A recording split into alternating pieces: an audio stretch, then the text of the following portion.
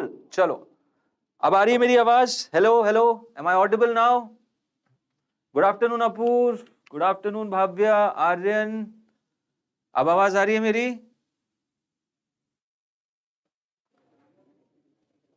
अब आवाज आ रही है, अब आवाज आ रही है, ओके कूल। सो मैं क्या बता रहा था कि यार हम यहाँ पे स्टार्ट करने जा रहे हैं लॉज ऑफ मोशन को आज। और लॉज ऑफ मोशन एक बहुत ही एलिमेंट्री सा टॉपिक होता है। इसका एक मेन जो काम होता है किसी भी स्टूडेंट के लिए क्लास 11th में इसको रखने का, एक मेरे नजर में जो सबसे मेन काम रहता है वो ये रहता है कि एक स्टूडेंट की एक एनालिटिकल एबिलिटी को डेवलप कर दे, एक क्वेश्चन सॉल्विंग एबिलिटी जो होती है उसको डेवलप कर दे। क्योंकि लॉज ऑफ मोशन का आप डायरेक्ट क्वेश्चन नहीं देखोगे, बहुत रेयर होता है ओकेजन की लॉज ऑफ मोशन का क्वेश्चन आ जाए या फिर फ्रिक्शन लगा के क्वेश्चन आ जाए। लॉज ऑफ मोशन का तो आता भी नहीं है। बट मेन बात यह है कि इस टॉपिक से रिलेटेड जो हम चीजें पढ़ते हैं, जैसे normal reaction force, tension force, friction का कॉन्सेप्ट, न्यूटन का थर्ड लॉ, न्यूटन का सेकेंड लॉ, ये सारी चीजें हम देखते हैं कि यार पूरे हमारे 11th में और 12th में साथ रहती हैं। तो यहाँ पे कुछ ऐसी बेसिक चीजें हम ना चाहते हुए भी समझ जाते हैं जो कि आने वाले चैप्टर्स में हमें बहुत ज्यादा हेल्प करती है, काफी हेल्प करती है। तो उसी इंटेंशन से हम आज इस पर्टिकुलर चैप्टर को कवर करेंगे, जहां पे थ्योरी का पोर्शन रहेगा और कुछ बहुत बढ़िया बढ़िया क्वेश्चंस रहेंगे जो कि आपको लॉज ऑफ मोशन से रिलेटेड एक अच्छी खासी अंडरस्टैंडिंग दे देंगे। ओके, सो यहां पे फटाफट से शुरू करते हैं लॉज ऑफ मोशन में। सबसे पहली चीज भाई, फोर्स क्या है? Okay, what is force? Force की अगर मैं डेफिनेशन दूं तो फोर्स क्या होता है? तो फोर्स इज एनी पुश और पुल, एक ऐसा पुश और पुल जो कि बॉडी के स्टेट ऑफ रेस्ट या स्टेट ऑफ मोशन को चेंज कर दे। ठीक है, एक ऐसा पुश और पुल जो कि बॉडी अगर रेस्ट पे है तो रेस्ट से मोशन में ले आए, मोशन में है तो मोशन से रेस्ट में ले आए, यूनिफॉर्म मोशन में है तो यूनिफॉर्म मोशन से एक्सेलरेटेड मोशन में ले आए, चेंज ऑफ डायरेक्शन कर दे। ये सारी चीजें एक एक्स्ट्रा फोर्स की तरफ इशारा करती हैं। ये चारों का यहां लिखने का मेन मकसद यही है कि कल को तुमसे पूछा जाए चार कंडीशन देके कि एक बॉडी है जिसने अपना डायरेक्शन चेंज कर दिया तो क्या उस पर फोर्स लग रहा है, या इस तरीके से कि in which of the following a force is not acting, ये दे दे, ये दे दे, ये दे दे, ये दे दे, और चौथा option all of the above हो जाए। तो यहां पे आपको पता होना चाहिए कि किन किन सिनेरियो में आप बोलोगे कि यस फोर्स लग रहा है।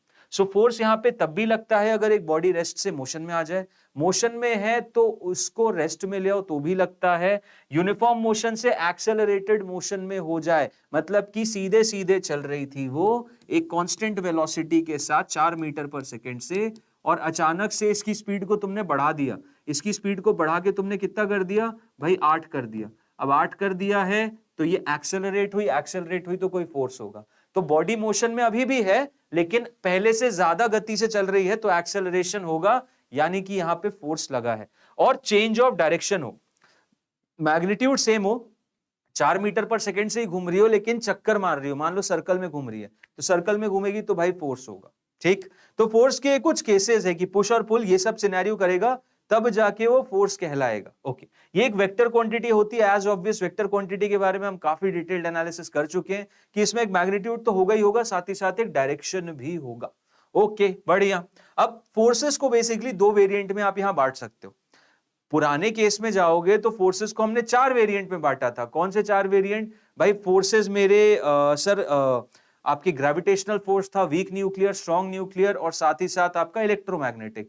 अब वो थे नेचर के हिसाब से। ये बंटवारा हुआ है कि बॉडीज टच कर रही हैं एक दूसरे को कि नहीं, मतलब जिन दो बॉडीज पे फोर्स लग रहा है वो दोनों बॉडीज क्या एक दूसरे के साथ कांटेक्ट में हैं कि नहीं है, उस पे डिपेंड करता है ये वेरिएंट।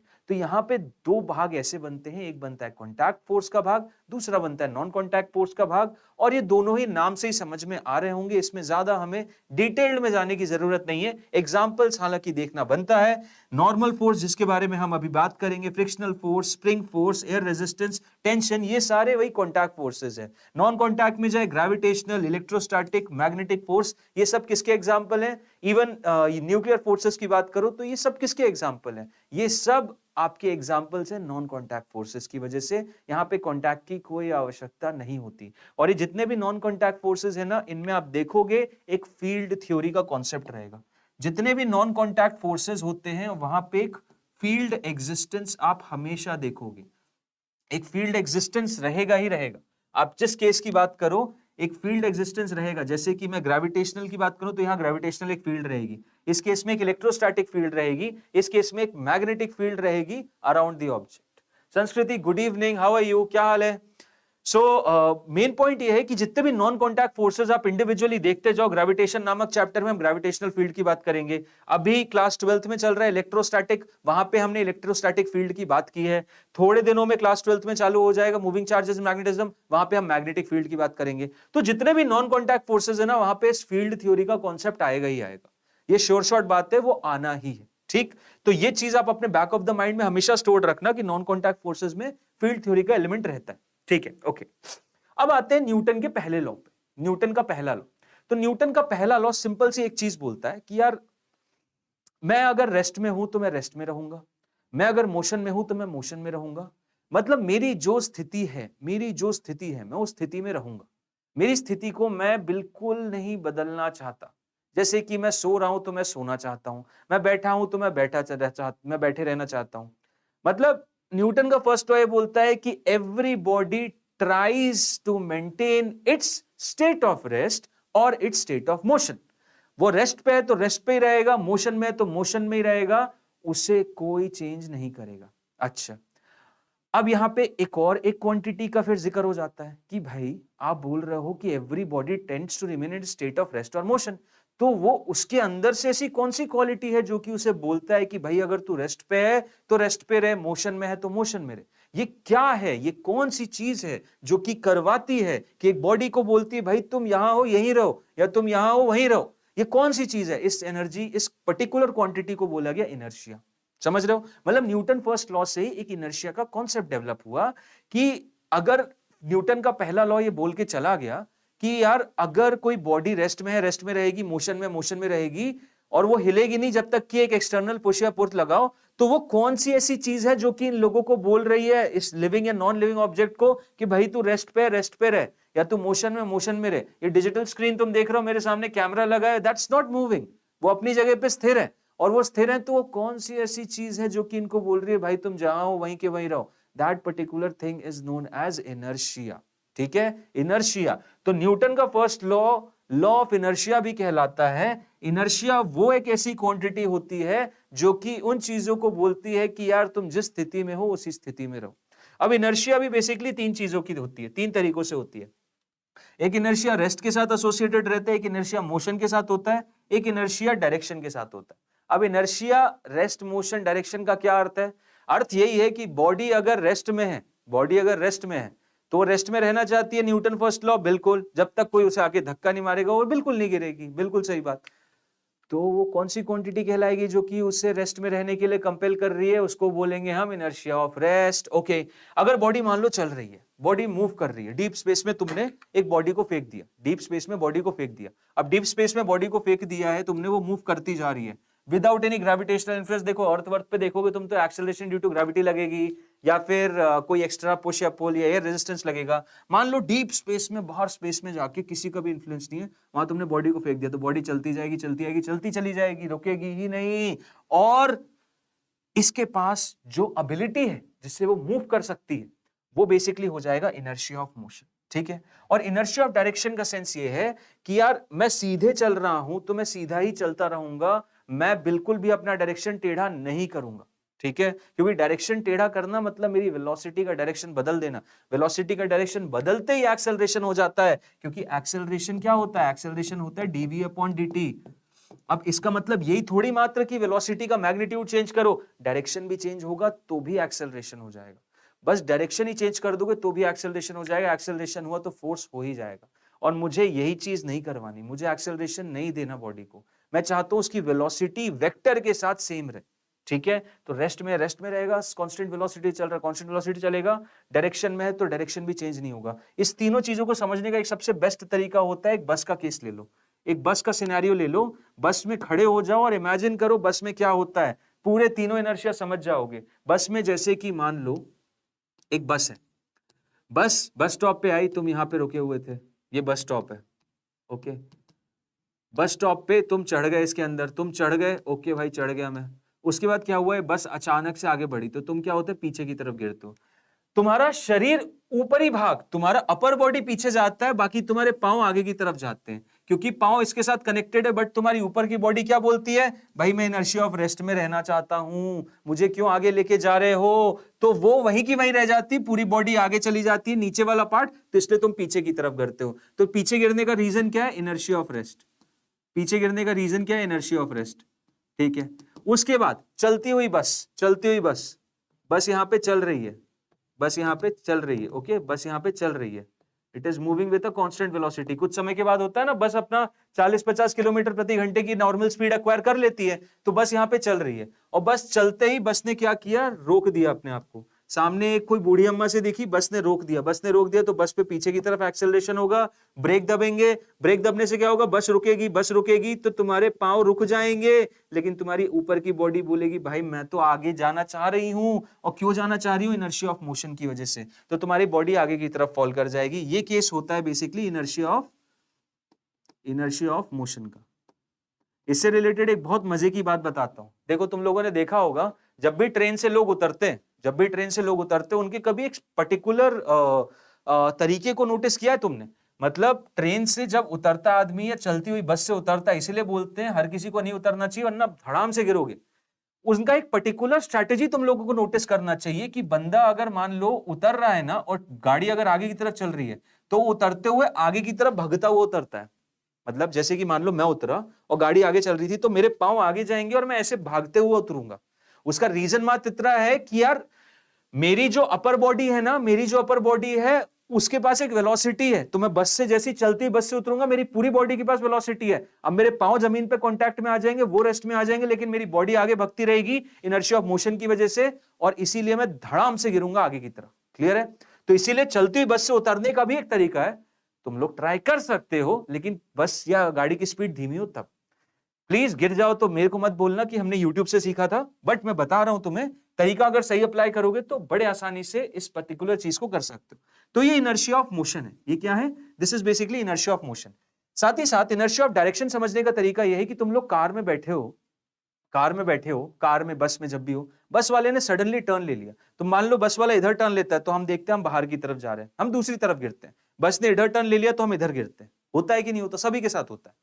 तो मेन मुद्दे की बात यह है कि उस समय तुम्हारी बॉडी जो है उस सीधे डायरेक्शन में जाना चाहती है, लेकिन जिस गाड़ी में तुम बैठे हो वो टर्न कर गई, तो अब तुम तो सीधे जा रहे हो लेकिन गाड़ी इधर टर्न कर गई, तो तुम्हें पता है क्या फील होता है, मैं बाहर की तरफ गिर रहा हूं। ठीक है, तो मेन चीजें यहां पे यही है तीनों की, कि inertia of direction, inertia of motion और इनर्शिया ऑफ रेस्ट का मेन कॉन्सेप्ट क्या है, इसको समझ जाओ, क्योंकि सवाल आते हैं वैसे। जैसे कि ये सवाल देखो, ये सवाल देखो और इसको सॉल्व करने की कोशिश करो, बताओ मुझे क्या है इसका आंसर।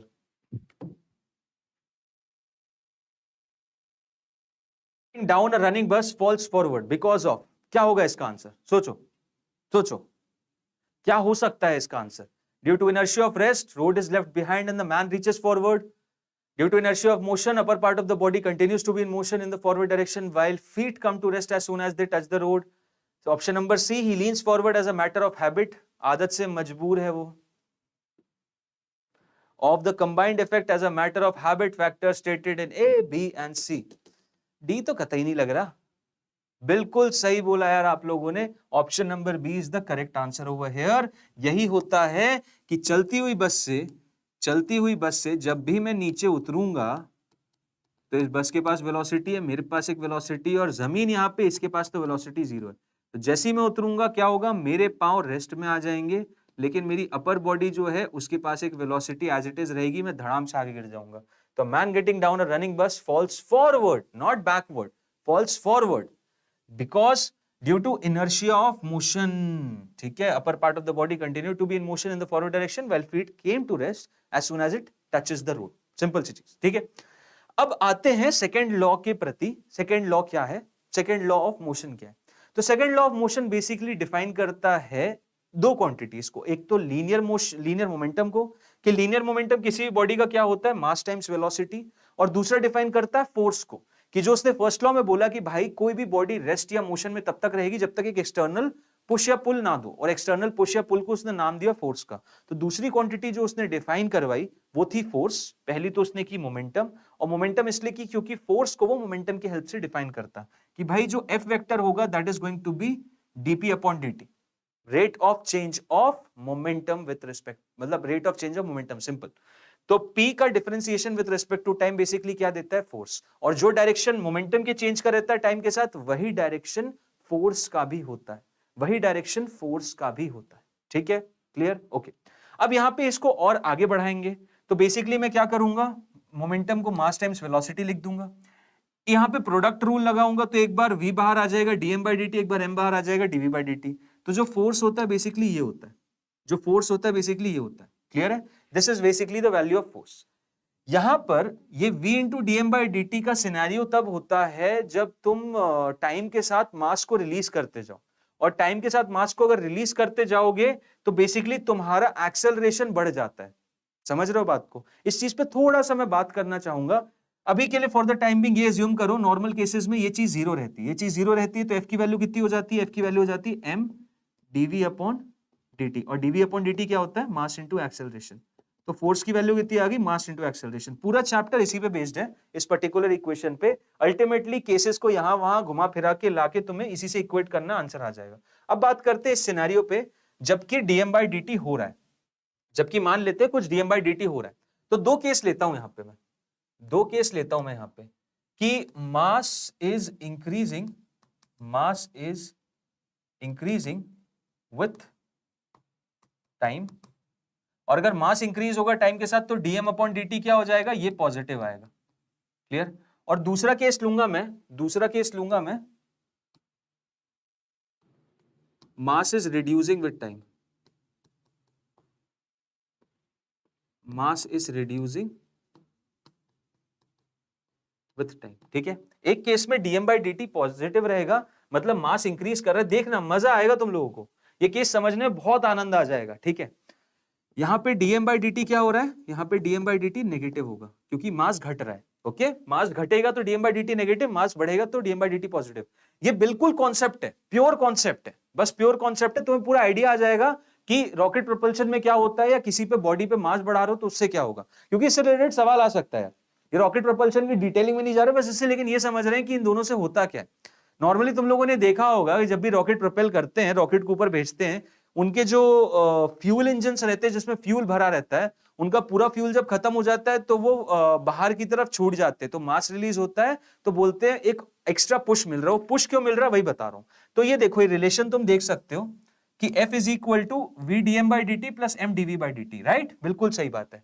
अब मुझे क्या चाहिए, मुझे क्या चाहिए, मुझे फोर्स देने से भी क्या चाहिए, मुझे किसी को फोर्स दूंगा तो मुझे अल्टीमेटली चाहिए एक्सेलरेशन। मुझे क्या चाहिए उस बॉडी से, एक्सेलरेशन, कि वो आगे की तरफ बढ़े, उसकी गति आगे की तरफ बढ़ना ज्यादा हो, वो और तेजी से आगे की तरफ बढ़े, मुझे ये चाहिए। तो देखो पहले केस में, इस केस की बात करते हैं कि मास मान लो रिड्यूस कर रहा है। अगर मास रिड्यूस करेगा तो F is equal to V D M by D T is equal plus M into DV by D को मैं ए बोल देता हूं, डीवी बाई डी को मैं क्या बोल देता हूं, ए बोल देता हूं। अब देखो ये क्वांटिटी इस केस में क्या आएगी, नेगेटिव आएगी, तो इसको मैं इधर ले जाऊंगा तो वो क्या हो जाएगा, पॉजिटिव। मतलब m इंटू ए की वैल्यू कितनी हो जाएगी, f minus V D M by D T. ठीक है, अब ये क्वांटिटी क्या है, ये नेगेटिव है, नेगेटिव ऑफ नेगेटिव करोगे तो ओवरऑल क्या हो जाएगा, पॉजिटिव हो जाएगा। मतलब पहले जो एक्सेलरेशन थी वो बस फोर्स की वजह से हो रही थी, लेकिन मास के समय के साथ गिरने की वजह से ये ओवरऑल वैल्यू और बढ़ गई, ये ओवरऑल वैल्यू और बढ़ गई, तो भाई एक्सेलरेशन बढ़ जाएगा ना।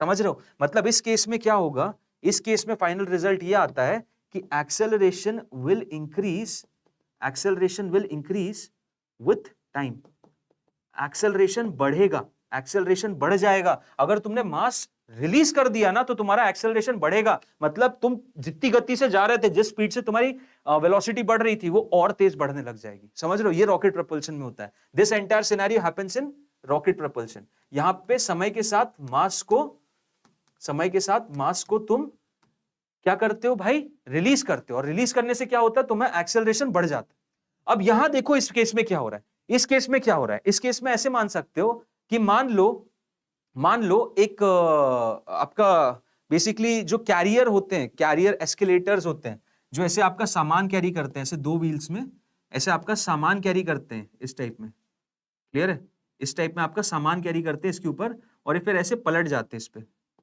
ऐसे पलट जाते, गोल घूम जाते हैं, राइट।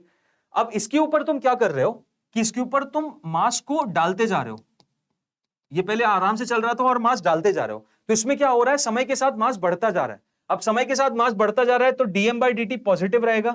अब ये डीएम बाई डी टी को वापस इधर ले आओ, तो ये डीएम बाई डी टी कितना हो जाएगा, ए को ऐसे लिखते हैं, ए को ऐसे लिखते हैं, तो M into A will be equal to F minus V DM by D T, right.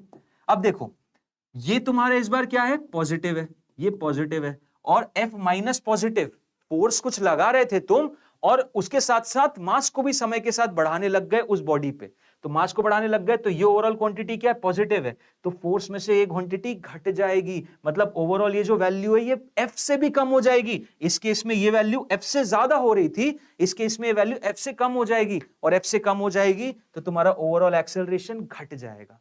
क्या हो जाएगा, एक्सेलरेशन घट जाएगा, मतलब in this scenario acceleration will reduce with time. अब एक्सेलरेशन रिड्यूस हो गया तो तुम क्या चाहते हो भाई, फोर्स लगा के तुम क्या करना चाहते हो, बस टाइम पास में थोड़ी फोर्स लगाते हैं, टाइम पास में फोर्स नहीं लगाते, हम उससे एक्सेलरेशन ही तो करवाना चाहेंगे ना। हम किसी को धक्का देंगे तो चाहेंगे ना कि वो आगे बढ़े, मतलब हमें मेन कंसर्न तो एक्सेलरेशन से है ना, कि उसका मोशन चेंज कैसे हो रहा है। तो यहाँ पे एक्सेलरेशन घटेगी, यहाँ एक्सेलरेशन बढ़ेगी, ये वेरिएबल मास का कॉन्सेप्ट है, बहुत मजेदार कॉन्सेप्ट है। आई थिंक आपको समझ में आया होगा कि किस तरीके से हम इसको एनालाइज कर सकते हैं जब भी वेरिएंग मास का केस देगा वो, ठीक है। कॉन्सेप्चुअल क्वेश्चन आया तो भी मैं क्रैक कर लूंगा, अगर कॉन्सेप्चुअल नहीं आया, ऐसे डायरेक्टली आ गया तो भी मैं क्रैक कर लूंगा। सिंपल, जो भी मैं एक्स्ट्रा फोर्स लगाता हूं, एक क्वांटिटी में वो घट जाता है, दूसरी क्वांटिटी में वो ऐड हो जाता है, क्योंकि मास समय के साथ घट रहा है तो ओवरऑल एक्सेलरेशन बढ़ जाती है, और मेन मुझे क्या चाहिए, एक्सेलरेशन चाहिए।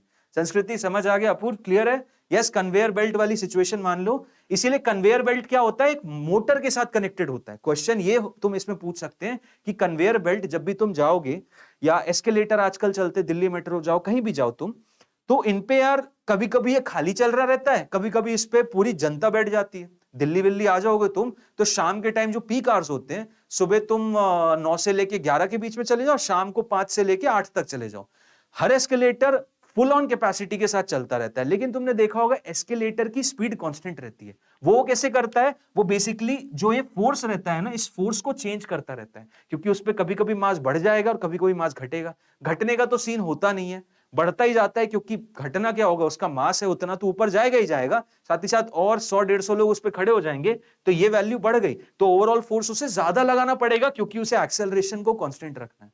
समझ रहे हो? तो कन्वेयर बेल्ट में ये सिनेरियो होता है, उसके अंदर एक एडजस्टिंग मोटर रहती है जो कि अमाउंट ऑफ पावर को डिपेंडिंग अपॉन नीड चलाती रहती है।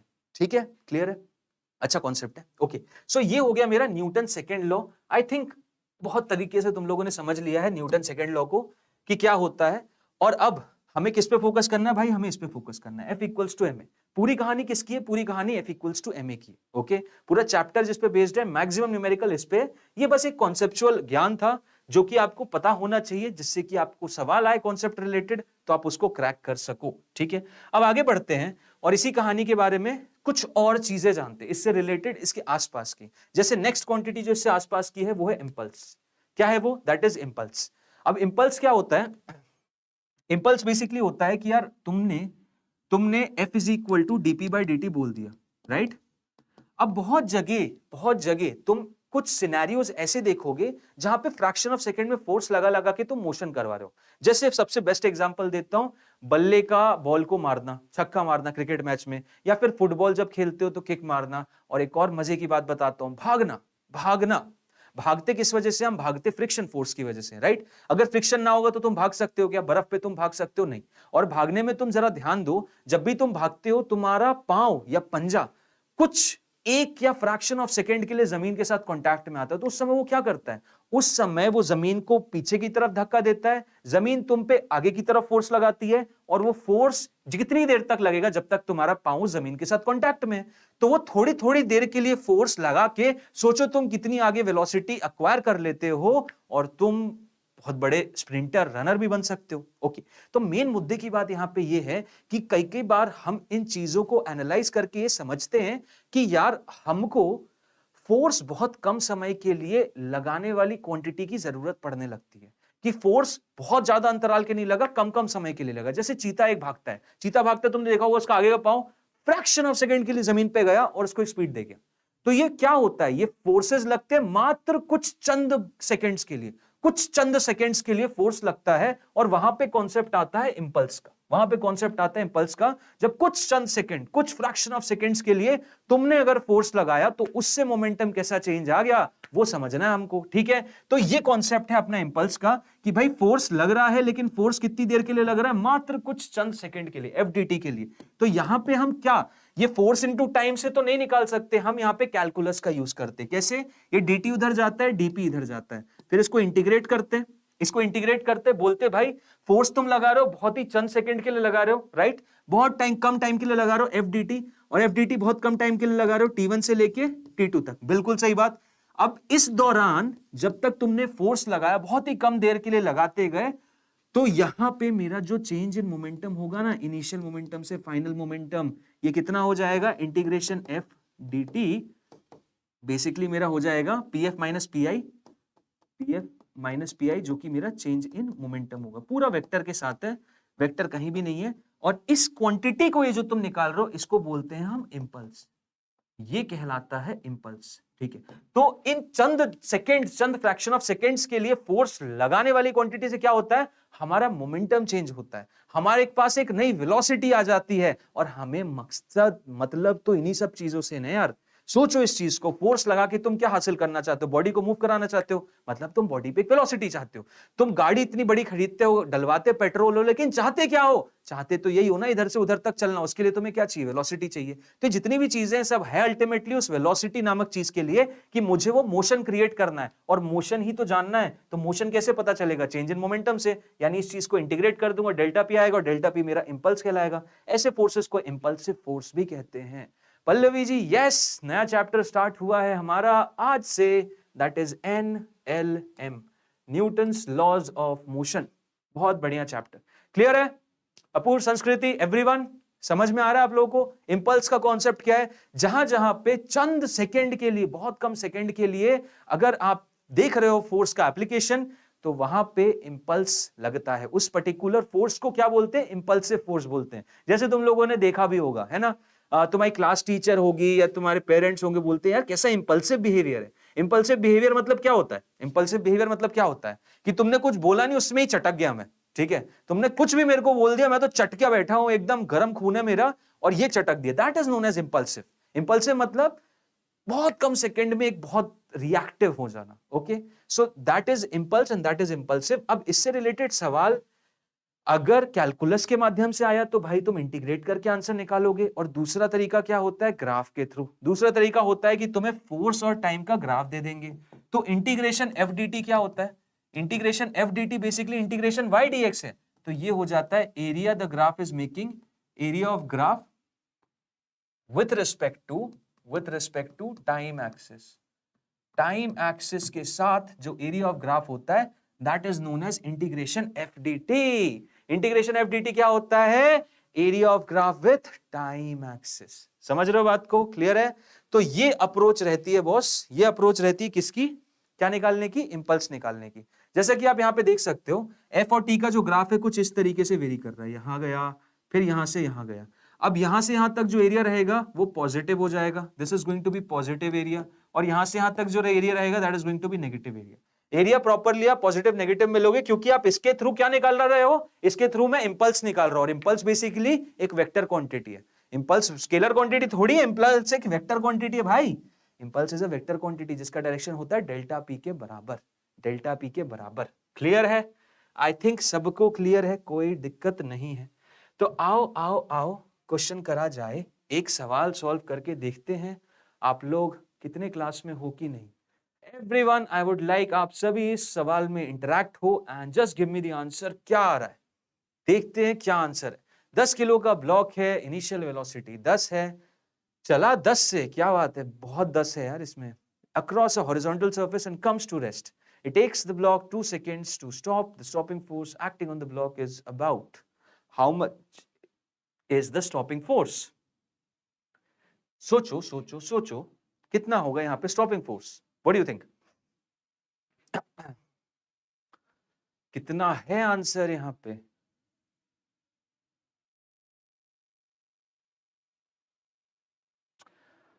पल्लवी, संस्कृति, अपूर्व, एवरीवन,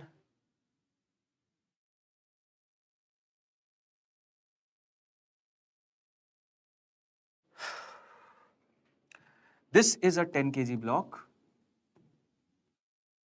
इसके पास इनिशियल वेलोसिटी थी 10 और ये स्लाइड किया 10 मीटर, ये स्लाइड किया 10 मीटर, यहां से यहां तक गया।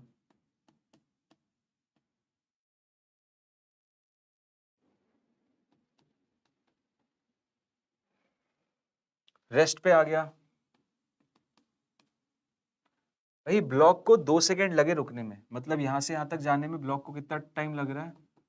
2 सेकेंड्स। ब्लॉक को लग रहा है 2 seconds. Okay, the stopping force acting on the block is about, stopping force कितना होगा ब्लॉक पे ये बताना है, स्टॉपिंग फोर्स कितना होगा ब्लॉक पे ये बताना है। क्या बात है अपूर्व, आंसर आ गया, वेरी गुड। यार देखो सिंपल सी चीज है, ये इसका u दिया हुआ है, ये इसका v दिया हुआ है, टाइम दिया हुआ है, s भी दिया हुआ है, तो यार मैं एक्सेलरेशन बता सकता हूँ, डेफिनेटली बता सकता हूँ sir. s is equal to ut plus half A T square से भी बता सकते हो, या फिर s is equal to V T minus half A T square से भी बता सकते हो। किसी भी मेथड से बताओगे आंसर तो सेम ही आना है, क्योंकि इस पे जो डी एक्सेलरेशन लगेगा वो लगेगा किसकी वजह से? वो लगेगा भाई एक फ्रिक्शन की वजह से, जो कि यहाँ पे एक्ट करेगा। ठीक है, ये फ्रिक्शन लगेगा, हालांकि फ्रिक्शन में हम नहीं जाते, लेकिन इस पॉइंट को हम समझ जाते हैं। यहाँ पे फ्रिक्शन फोर्स लगेगा पीछे की तरफ और वो फ्रिक्शन ही एक डी एक्सेलरेशन प्रोवाइड करेगा। तो डिस्प्लेसमेंट कितना है? 10, इनिशियल वेलोसिटी कितनी? 10, टाइम कितना? टाइम है भाई तुम्हारा 2 प्लस हाफ ऑफ एक्सेलरेशन तो पता नहीं a, टाइम कितना? 2 स्क्वायर। ओके, ये इधर जाएगा, 1 2 से ये 2 कैंसिल हो जाएगा, ये 10 बचेगा, 10/2, तो एक्सेलरेशन की वैल्यू आ गई -5 मीटर पर सेकेंड स्क्वायर। और नेगेटिव तो आना ही चाहिए था, क्योंकि यहाँ पे डी एक्सेलरेशन लग रहा है, डी एक्सेलरेशन है। अब फोर्स कितना हो जाएगा? तो फोर्स हो जाएगा जो भी मास है, मास टाइम्स एक्सेलरेशन, 10 गुणे 5 होता है 50 newton. Option number A is the correct answer over here. This is going to be the net force. Sanskriti absolutely correct. Sir मैं रिजॉइन कर रहा हूं, लैग हो रहा है। ओके ठीक है।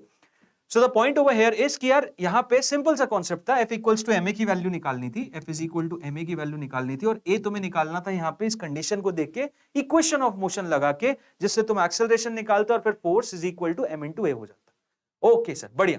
अब आओ सर बात करते हैं तीसरे लॉ के बारे में, जो कि है न्यूटन्स थर्ड लॉ। ठीक है, और इससे रिलेटेड भी ट्रस्ट में आपको काफी सारे इनपुट मिलेंगे भाई, बहुत सारे इनपुट्स हैं, बस equal action has equal reaction वाला केस नहीं है ये। ठीक है, इसमें भी काफी सारे इनपुट्स हैं। देखो, तो तीसरा लॉ तो सिंपल सी चीज ये बोलते हैं, जैसी करनी वैसी भरनी। ठीक है, जैसा करोगे वैसा पाओगे भाई।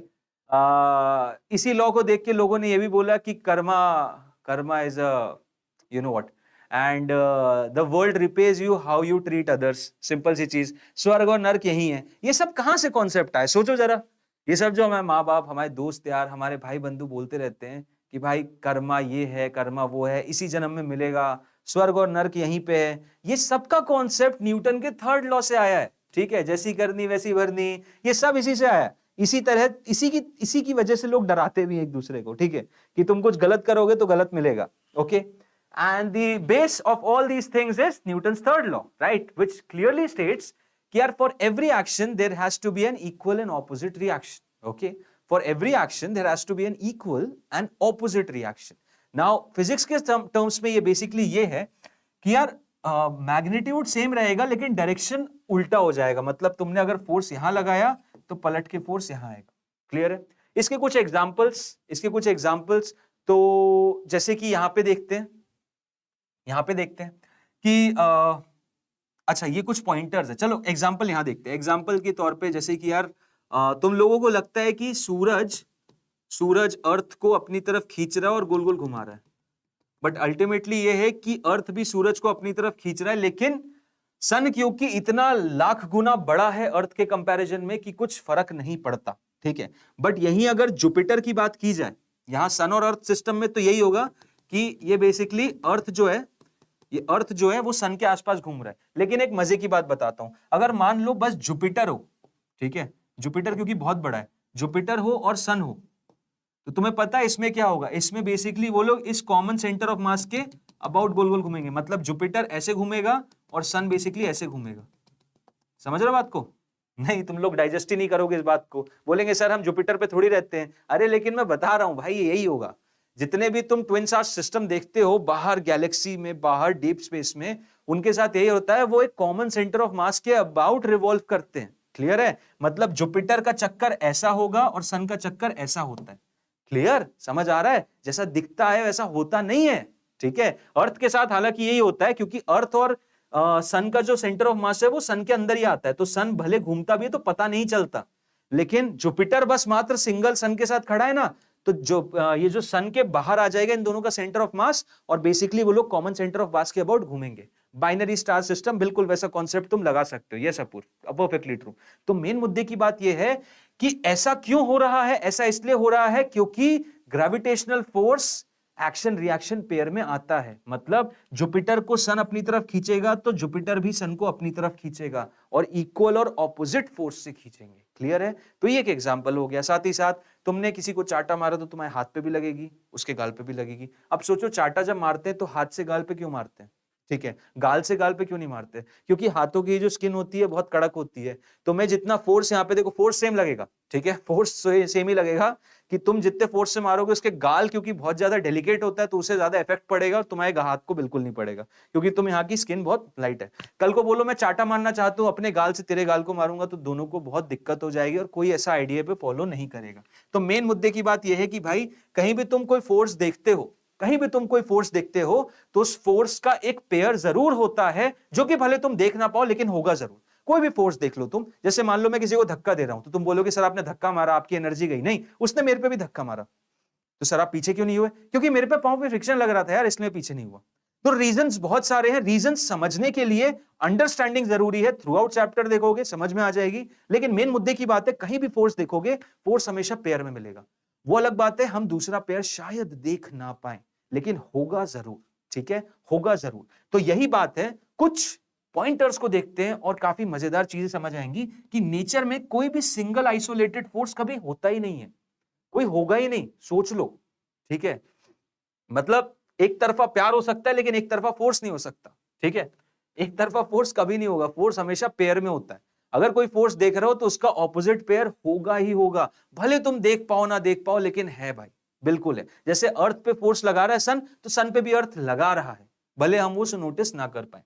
Force exist always in action and reaction pair, always. और दूसरी मजे की बात यह है कि ये जो एक्शन और रिएक्शन पेयर है, ये हमेशा दो अलग अलग बॉडीज पे लगते हैं। ठीक है, एक ही बॉडी पे नहीं लगेगा, एक ही बॉडी पे नहीं। मतलब सूरज पे अर्थ फोर्स लगा रहा तो सूरज पे लगेगा, और सूरज अर्थ पे फोर्स लगा तो अर्थ पे लगेगा, तो दो अलग अलग बॉडीज पे लग रहे हैं। मैं चल रहा हूं तो जमीन मेरे पे फ्रिक्शन आगे लगा रही है, और मैं जमीन पे फ्रिक्शन पीछे लगा रहा हूं। क्लियर है? तो जो एक्शन रिएक्शन हो रहा है ये सब क्या है? ये एक्शन रिएक्शन पेयर है। और देख सकते हो तुम कहां कहां लग रहे हैं, एक दूसरी बॉडी पे, दूसरा तीसरी बॉडी पे, तो दो अलग अलग बॉडीज पे एक्शन रिएक्शन पेयर लगते हैं। ये पॉइंट है। It is applicable for both contact and non contact. बिल्कुल सही बात। ग्रेविटेशनल फोर्स में लगता है, इलेक्ट्रोस्टैटिक फोर्स में लगता है, उसके बाद फिर मैग्नेटिक फोर्स में लगता है, तो सब में लगता है, सब में लगेगा।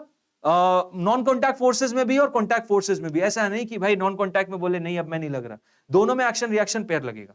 और action reaction pair act on two different bodies. तो ये पॉइंटर्स बहुत जरूरी हैं, ये पॉइंटर्स बहुत जरूरी हैं। बस थर्ड लॉ समझ लेने से काम नहीं बनेगा यार, थर्ड लॉ को डिटेल्ड वे में समझो, तब जाके मजा है, तब जाके कॉन्सेप्चुअल अंडरस्टैंडिंग है। क्योंकि नॉर्मली क्या होता है, बेसी तुम समझते जैसे हो वैसा रियलिटी में होता नहीं है, और प्रॉब्लम में फंस जाते हो ना यार फाइनल एग्जाम में जब क्वेश्चन आते हैं। तो आई थिंक ये चीजें क्लियर है। और एग्जाम्पल तो तुम लोग को पता ही है यार, एग्जाम्पल तुम लोग काफी सारे देख चुके हो बचपन से, न्यूटन, थर्ड लॉ, इन सब के बारे में खेलते हुए। जैसे कुछ एग्जाम्पल्स अगर लूं मैं अभी जो कि यहाँ पे जरूरतमंद है, तो एक नॉर्मल फोर्स। नॉर्मल फोर्स का एग्जाम्पल ये है कि जैसे मान लो एक ब्लॉक रखा हुआ है, एक ब्लॉक रखा हुआ है। अब ये ब्लॉक है, शांति से बैठा हुआ है। क्यों शांति से बैठा है? ये जैसे रिमोट है, शांति से बैठा, मैंने अपना हाथ हटा दिया तो शांति से बैठेगा क्या? तो नीचे गिर गया। तो यहाँ पे शांति से क्यों बैठा हुआ है? शांति से इसलिए बैठा है क्योंकि इस पे नेट फोर्स जीरो है। अब नेट फोर्स जीरो क्यों है? नेट फोर्स जीरो इसलिए है क्योंकि इसका जो वजन था उसको किसने बैलेंस किया? इसी ब्लॉक पे लगने वाले एक नॉर्मल रिएक्शन फोर्स ने। अब ये नॉर्मल रिएक्शन फोर्स किसने लगाया? ये नॉर्मल रिएक्शन फोर्स इस जमीन ने इस ब्लॉक पे ऊपर लगाया, तो इस ब्लॉक ने इस जमीन पे भी एक नॉर्मल रिएक्शन फोर्स नीचे लगाया। तो जमीन अगर काफी नहीं है इसको हैंडल करने के लिए, तो जमीन नीचे गिर जाएगी। सर का एक्शन रिएक्शन फोर्स दो से ज्यादा सिस्टम पे लग सकते हैं। एक्शन रिएक्शन फोर्स दो से ज्यादा सिस्टम पे बिल्कुल लग सकते हैं, लेकिन उस सिनेरियो में अपूर्व ये होगा कि एक पॉइंट पे दो डायरेक्शन में फोर्स नहीं होते, उनका वेक्टर सम हो जाएगा। जैसे कि तीन मासेस का सिस्टम ले लेते हैं, ठीक है, तीनों मास एक दूसरे को अट्रैक्ट कर रहे हैं, ये इसको इधर खींचेगा, ये इसको इधर खींचेगा, ये इसको इधर खींचेगा, ये इसको इधर खींचेगा, ये इसको इधर खींचेगा, ये इसको इधर खींचेगा। अब इस पे फोर्स, नेट फोर्स कहां आएगा? इन दोनों का वेक्टर सम इधर। इस पे नेट फोर्स कहां आएगा? इन दोनों का वेक्टर सम इधर। इस पे कहां आएगा? इन दोनों का वेक्टर सम इधर। समझ गए बात को? क्लियर है? तो 3 से ज्यादा सिस्टम पे भी लग सकते हैं, लेकिन जो फोर्स होगा वो बेसिकली क्या होगा, प्रिंसिपल ऑफ सुपरपोजिशन के थ्रू वेक्टर एडिशन से तुझे नेट फोर्स निकालना पड़ेगा। क्लियर है पूर्व? तो नॉर्मल रिएक्शन फोर्स, ये नॉर्मल किसने लगाया, ये सरफेस ने लगाया, सरफेस ऑन ब्लॉक, ये सरफेस ने लगाया ऑन ब्लॉक, और ये किसने लगाया, this is block, block on surface. Block ने कहां लगा दिया, सरफेस पे। देख लो ये एक्शन रिएक्शन है कि नहीं, ये एक्शन रिएक्शन है कि नहीं, बिल्कुल एक्शन रिएक्शन है यार, श्योर शॉर्ट एक्शन रिएक्शन है। ओके, सो normal force action reaction pair होता है। Friction acting between two surfaces, बिल्कुल मैं चल पा रहा हूं क्योंकि एक रिएक्शन, एक नॉर्मल, एक फ्रिक्शन फोर्स मेरे पांव और जमीन के बीच में लग रहा है। ठीक है, मैं अगर ये हूं, जो कि मैं नहीं हूं, लेकिन समझ लो मैं ये हूं और मेरे ये पांव हैं। अब ये मेरे जो पांव हैं, मेरे पांव इस जमीन को क्या करेंगे, पीछे की तरफ खींचेंगे, पीछे की तरफ धक्का देंगे, तो जमीन मेरे को छोड़ेगी नहीं, जमीन मेरे पे आगे की तरफ फ्रिक्शन फोर्स लगाएगी, और ये फ्रिक्शन फोर्स ही मुझे आगे की तरफ बढ़ाने में मदद करता है। ओके, सो फ्रिक्शन फोर्स भी एक्शन रिएक्शन, ग्रेविटेशनल फोर्स भी action reaction, force between a proton electron action reaction, ये सब एक्शन रिएक्शन है। सर फिर बॉडी मूव कैसे करती है अगर साइमल्टेनियसली एक्शन रिएक्शन फोर्स लगता है, दोनों फोर्स कैंसिल हो जाना चाहिए ना सर। संस्कृति बहुत सही यार, बहुत अच्छा क्वेश्चन पूछा तुमने, अच्छा लगा मुझे कि तुम्हारे अंदर ये डाउट आया। अब देखो सुनना इस चीज को, क्लियर है? मैं वापस अपने आप को बनाऊंगा, ये मैं वापस हूं, जो कि मैं हूं नहीं, लेकिन तुम मान लो मैं हूं। ठीक है, ये मेरे चरण हैं।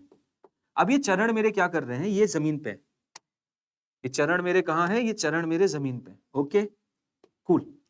अब इन चरणों ने क्या किया, देखो मैंने अपना पहला पांव रखा, ये मेरा पहला पांव, देख भाई ये मेरा पहला पांव गया, ये मेरा पहला पांव गया, और ये पांव मेरा ऐसे, ये जमीन समझो, दूसरा हाथ मेरा जमीन है। ठीक है, ये मेरा पहला पांव इस जमीन को ऐसे पीछे की तरफ धक्का दे रहा है। ओके, कहां दे रहा है, पीछे की तरफ। तो मेरे इस पांव ने, ये मेरे पांव ने इस जमीन पे फोर्स कहां लगा, इधर। तो जमीन को कहां जाना चाहिए, पीछे की तरफ। ओके, ये फोर्स कहां लगा, जमीन पे लगा, मुझ पे नहीं लगा, मैंने जमीन पे पीछे की तरफ फोर्स लगाया, तो जमीन पीछे की दे। तो जमीन ने मेरे पे कहां फोर्स लगाया, आगे की तरफ। किसको फॉलो करते हुए, न्यूटन के थर्ड लॉ को। तो अल्टीमेटली जो तुम बोल रही हो ना कैंसिल हो जाएगा, वो कैंसिल इसलिए नहीं होगा क्योंकि मुझ पे फोर्स आगे लगा है, लेकिन जमीन पे फोर्स कहां लगा है, पीछे लगा है। अब जमीन तो सख्त है, जमीन तो सख्त है, तो जमीन तो हिलेगी है नहीं, क्योंकि अर्थ को तुम हिला सकते हो क्या चलने से, पॉसिबल नहीं है ना। तो इस वाले फोर्स से जमीन पे तो कुछ असर होगा नहीं, लेकिन इस फोर्स से मुझ पे जरूर असर होगा और मैं आगे की तरफ बढ़ने लगूंगा। समझ में आया संस्कृति, क्लियर है? मतलब इसका सबसे बेस्ट एग्जांपल हो सकता है, आप आइस की शीट लो, होगा नहीं वैसे आप लोगों से, क्योंकि इतनी बड़ी आइस की शीट मिलना थोड़ा इंपॉसिबल है। उस आइस की शीट पे चलने की कोशिश करो, तो आप इस पे चलोगे ना, तो आप देखोगे कि आप आइस पे पीछे की तरफ फ्रिक्शन फोर्स लगा रहे हो। ये मान लो आइस है, ये आइस है, तो आइस पे आप पीछे की तरफ फ्रिक्शन फोर्स लगा रहे हो, तो देखना आइस पीछे जाएगी और आप पे फ्रिक्शन फोर्स आगे की तरफ लग रहा है। अल्टीमेटली थोड़ी देर बाद पता है क्या होगा, कि आइस यहां चली जाएगी और आप यहां चले जाओगे। क्लियर? आप मतलब यहां से यहां चले गए, आइस यहां से यहां चलेगी, समझ रहे हो? इसकी बहुत स्टैंडर्ड से सिनेरियो बनते हैं कंजर्वेशन ऑफ लीनियर मोमेंटम में, मजेदार केसेस बनते हैं। ये जो केस होगा ना, इसमें बेसिकली प्रिंसिपल ऑफ मतलब सेंटर ऑफ मास का मोशन आपका कंजर्व्ड रहेगा, क्योंकि दोनों के सिस्टम पे नेट फोर्स जीरो नहीं है। हालांकि ये सवाल करेंगे, लेकिन मेन मुद्दे की बात समझ आई संस्कृति तुमको, कि जो तुम बोल रही हो ना कैंसिल हो जाएंगे अगर साइमल्टेनियसली लग रहे हैं, साइमल्टेनियसली लग रहे हैं लेकिन अलग अलग बॉडीज पे लग रहे हैं। एक फोर्स जमीन पे लग रहा है और एक मुझ पे लग रहा है। और जैसा कि मैंने इस पॉइंटर में बताया था यहाँ पे, कि एक्शन रिएक्शन पेयर जो है ना अलग अलग बॉडीज पे लगते हैं हमेशा। ठीक है, अलग अलग बॉडीज पे लगते हैं। सेम बॉडी पे लगेंगे तो कैंसिल आउट हो जाएंगे, सेम बॉडी पे नहीं लग रहे इसलिए कैंसिल आउट नहीं होंगे। सर अगर किसी ब्लॉक पे फोर्स लगाया, तो अगर किसी ब्लॉक पे मान लो तुमने फोर्स लगाया, ठीक है, मान लो ये फ्रिक्शनलेस सरफेस है, इस ब्लॉक पे तुमने फोर्स लगा दिया। ओके, अब ये ब्लॉक क्या करेगा, ये ब्लॉक अगर सफिशिएंट है, ये ब्लॉक अगर सफिशिएंट है, मान लो तुमने इस पे फोर्स F लगा दिया और इसने तुम पे एक नॉर्मल फोर्स लगा दिया वापस। ठीक है, मान लो तुम इसे चाटा मार रहे हो, तुमने क्या किया, इसको चाटा मार दिया। ओके, चाटा मारा, ये था तुम्हारा एक्सटर्नल फोर्स, तुमने इस ब्लॉक पे चाटा मारा, ये एक्सटर्नल फोर्स। सर आपने बताया था मैं जितना फोर्स लगाऊंगी उतना ब्लॉक मेरे पे वापस लगाएगा। बिल्कुल, ये लगाया ना, ये नॉर्मल लगाया, किस पे लगाया, ये लगाया तुम्हारे हाथों पे, ये रहे तुम्हारे हाथ। ओके तो तुम्हारे हाथ पे अभी अल्टीमेटली कितने फोर्स लगे संस्कृति देखो, एक एफ एक्सटर्नल तुमने लगाया, एक नॉर्मल फोर्स किसने लगाया, इस बेचारे ब्लॉक ने लगाया। मानते हैं, बिल्कुल मानते हैं। तो हमारे हाथ पे एक एफ एक्सटर्नल ये हो गया, एक नॉर्मल, मतलब मैंने जितनी तेज मारा था ब्लॉक ने मेरे को उतनी तेज वापस मार दिया। ओके ठीक है, अब इस ब्लॉक की बात करते हैं। इस ब्लॉक ने इस हाथ पे एक नॉर्मल फोर्स लगाया था, तो इसका एक्शन और रिएक्शन पेयर ये होगा कि नॉर्मल फोर्स एक यहां लगेगा, नॉर्मल फोर्स एक यहां लगेगा। अब इस ब्लॉक पे एक एक्स्ट्रा नॉर्मल फोर्स यहां आ चुका है, तो ये ब्लॉक आगे की तरफ एक्सेलरेट करने लगेगा। ठीक है, ये एक्शन रिएक्शन से इस तरीके से समझ सकते हो तुम। ओके, थोड़ा बाउंसर गया क्या, ये वाला केस बाउंसर तो नहीं चला गया। ये जमीन के साथ भी होता है। जैसे मान लो मैं यहां खड़ा हूं, ये मैं खड़ा हूं, ठीक है, अब मेरा खुद का वजन है, मेरा खुद का वजन है mg। अब इसको कौन बैलेंस कर रहा है, जमीन ने बोला तेरे पास mg है ना, रुक मैं तेरे पे एक नॉर्मल फोर्स लगा रहा हूं। नॉर्मल लगा दिया, तो इस इंसान पे दो फोर्स लग रहे हैं, एक तो ये नॉर्मल और एक ये mg, ये दोनों बैलेंस हो गए। जैसे मैं अभी तुम लोगों के सामने खड़ा हूं, मेरा एक mg वजन है, वो कौन बैलेंस कर रहा है, जमीन ने बोला चल मैं तेरे पे एक नॉर्मल लगाता हूं ऊपर की तरफ, तो ये नॉर्मल ने इस mg को बैलेंस कर दिया। अब जमीन ने मेरे पे नॉर्मल लगाया तो मैं उसे छोड़ दूंगा क्या, न्यूटन थर्ड लॉ तो सब पे लागू होता है ना। तो मैं जमीन पे बोलूंगा रुक भाई, मैं तेरे पे एक नॉर्मल रिएक्शन फोर्स लगाऊंगा। ये लगा दिया मैंने जमीन पे, ये नॉर्मल रिएक्शन फोर्स जितना उसने मेरे पे लगाया था। अब ये जमीन पे नॉर्मल रिएक्शन फोर्स लग चुका है। अब अगर जमीन अच्छी स्ट्रांग नहीं हुई ना, अंबुजा सीमेंट से नहीं बनी हुई है, तो जमीन नीचे धसक जाएगी, या अगर बहुत हल्की है तो नीचे जाने लग जाएगी। या मान लो मैं जमीन पे नहीं, एक पतली सी पटिया पे खड़ा हुआ हूं और वो नॉर्मल को रोक नहीं पाई, उसके ब्रेकिंग स्ट्रेस से ज्यादा हो गया, तो टूट जाएगी, नीचे गिर जाएगी। क्लियर है सर, मतलब एक्शन रिएक्शन सेम ओबे सेम होते हैं, क्या पूछ रहा है, ऑब्जेक्ट पे लगेगा नहीं यार, कहां लग रहा है, कहां लग रहा है, कैसी बातें कर रहे हो, ये एक्शन रिएक्शन थोड़ी है, ये एमजी एक्शन रिएक्शन नहीं है, ये एक्शन है और ये रिएक्शन है, ये एक्शन रिएक्शन नहीं है। एमजी और नॉर्मल रिएक्शन रिएक्शन नहीं है, एमजी और नॉर्मल नहीं है एक्शन रिएक्शन। कौन है एक्शन रिएक्शन, ये नॉर्मल और ये नॉर्मल। इसमें कौन है, ये नॉर्मल और ये नॉर्मल, ये एफ एक्सटर्नल नहीं है, ये एफ एक्सटर्नल नहीं है। ठीक है, क्लियर है, वो नहीं है एक्शन रिएक्शन। एक्शन रिएक्शन ये पेयर, ये पेयर और ये पेयर। ये लगा क्यों, ये लगा इसलिए क्योंकि mg का फोर्स था।